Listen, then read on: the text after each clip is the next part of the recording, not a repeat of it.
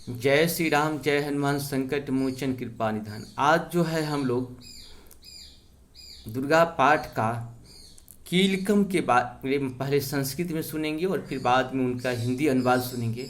और कोशिश करिए कि कम से कम, अगर हम पढ़ नहीं सकते हैं तो सुनने से भी, हमारे शास्त्र में पढ़ने से भी ज़्यादा सुनने पे जो है सो ज़्यादा फल मिलता है।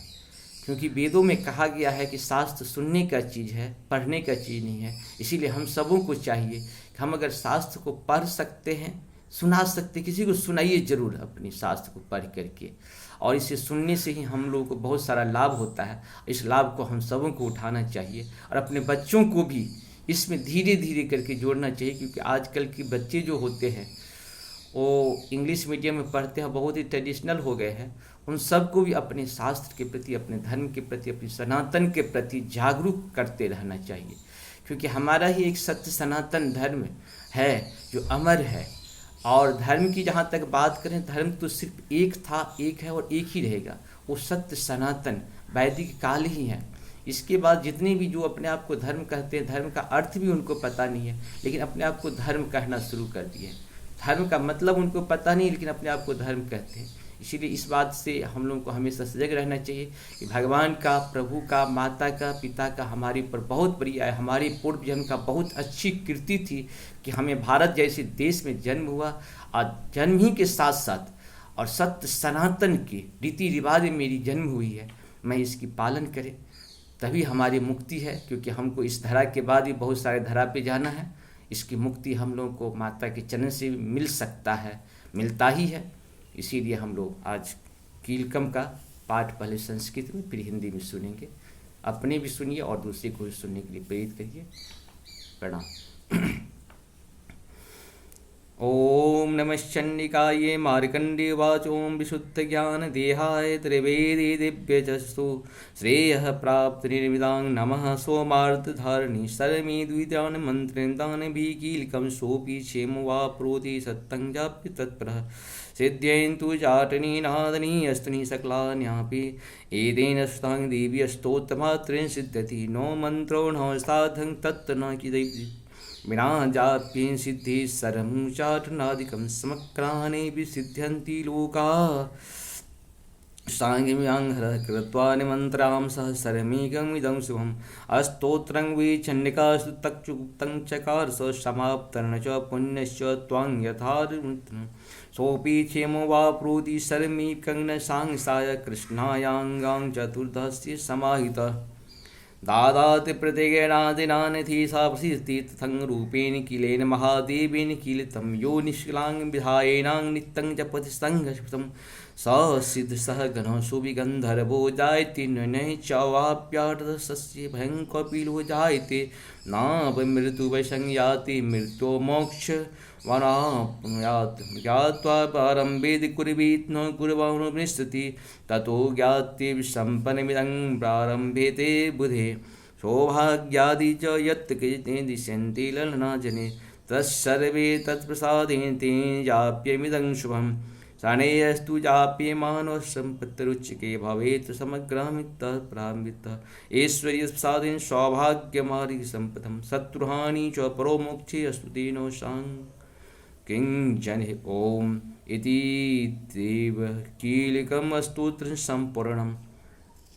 फिर हिंदी में सुनते हैं हम लोग।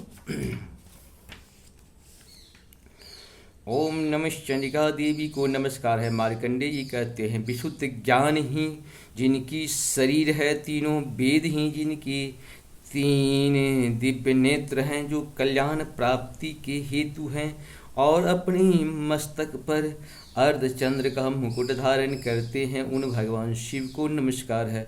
मंत्रों जो कि अभी कीलक हैं, अर्थात मंत्रों की सिद्धि में विघ्न उपस्थित करने वाले शाप रूपी कील का जो निवारण करने वाले हैं, उस सप्तशती स्तोत्र का संपूर्ण रूप से जानना चाहिए और जानकर उसकी उपासना करनी चाहिए। यद्यपि सप्तशती के अतिरिक्त अन्य मंत्रों के जप भी जो निरंतर लगा रहता है, वह भी कल्याण का भागी होता है।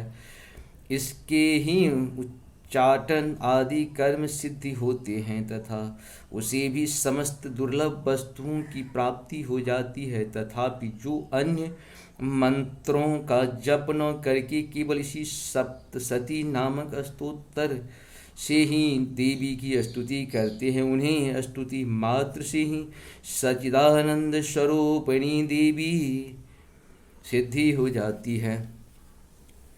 उन्हें अपने कार्य की सिद्धि के लिए मंत्र, औषधि तथा अन्य किसी साधन के उपयोग की आवश्यकता नहीं रहती। बिना जप के ही उनके उच्चाटन आदि समस्त अविचारिका कर्म सिद्ध हो जाते हैं। इतना ही नहीं, उनकी संपूर्ण अभिष्ट वस्तुओं की सिद्धि होती है।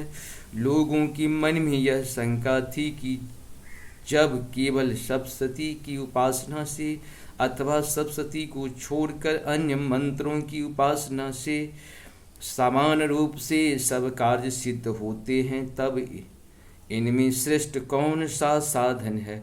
लोगों की इस शंका के सामने रखकर भगवान शंकर अपने पास आए हुए जिज्ञासुओं को समझाया कि यह सप्तशती नामक संपूर्ण स्तोत्र ही सर्वश्रेष्ठ एवं कल्याणमय है। तदंतर भगवती चंडिका के सप्तशती नामक स्तोत्र का महादेव जी ने गुप्त कर दिया। सप्तशती के पाठ से जो पुण्य प्राप्त होता है उसकी कभी समाप्ति नहीं होती, किंतु अन्य मंत्रों की जप जन्य पुण्यों की समाप्ति हो जाती है। अतः भगवान शिव ने अन्य मंत्रों की अपेक्षा जो सप्तशती की श्रेष्ठता का निर्णय किया उसे यथार्थ ही जानना चाहिए। अन्य मंत्रों का जप करने वाला पुरुष भी यदि सप्तशती स्तोत्र के और जप का अनुष्ठान कर ले तो वह भी पूर्ण रूप से कल्याण का भागी होता है, इसमें तनिक भी संदेह नहीं है। जो साधक कृष्ण पक्ष की चतुर्दशी अथवा अष्टमी को एकाग्रचित होकर भगवती की सेवा में अपना सर्वस्व समर्पित कर देता है और फिर उसे प्रसाद रूप से ग्रहण करता है, उसी पर भगवती प्रसन्न होती हैं, अन्यथा उनकी प्रसन्नता नहीं प्राप्त होती। इस प्रकार सिद्धि के प्रतिबंधक रूप कील के द्वारा महादेव जी ने इस स्तोत्र का कीलित कर रखा है, जो पूर्वोक्त रीति से निष्कीलन करके इस सप्तशती स्तोत्र का प्रतिदिन अष्टपष्ट उच्चारण पूर्वक पाठ करता है वह मनुष्य सिद्ध हो जाता है, वही देवी का पार्षद होता है और वही गंधर्व भी होता है। सर्वत्र विचरते रहने वाला भी इस संसार में उसे कहीं भी भय नहीं होता, वह अपमृत्यु के वश में नहीं पड़ता तथा देह त्याग के अनंतर मोक्ष प्राप्त कर लेता है। अतः कील को जानकर उसका परिहार करके ही सप्तशती पाठ आरंभ करें। जो ऐसा नहीं करता उसका नाश हो जाता है। इसीलिए कीलक और निष्कीलन का ज्ञान प्राप्त करने पर ही यह स्तोत्र निर्दोष होता है और विद्वान पुरुष इस निर्दोष स्तोत्र का पाठ आरंभ करते हैं। स्तोत्र में जो कुछ भी सौभाग्य आदि दृष्टि गोचर होता है वह सब देवी के प्रसाद का ही फल है। अतः इस कल्याणमय स्तोत्र का सदा जप करना चाहिए। इस स्तोत्र का मंद स्वर से पाठ करने पर स्वल्प फल की प्राप्ति होती है और उच्च स्वर से पाठ करने पर पूर्ण फल की सिद्धि होती है। अतः उच्च स्वर से ही इसका पाठ आरंभ करना चाहिए, जिसके प्रसाद से ईश्वरीय सौभाग्य, आरोग्य, संपत्ति, शत्रुनाश तथा परम मोक्ष की भी सिद्धि होती है। उन कल्याणमयी जगदम्बा की स्तुति मनुष्य क्यों नहीं करते। नमस्कार।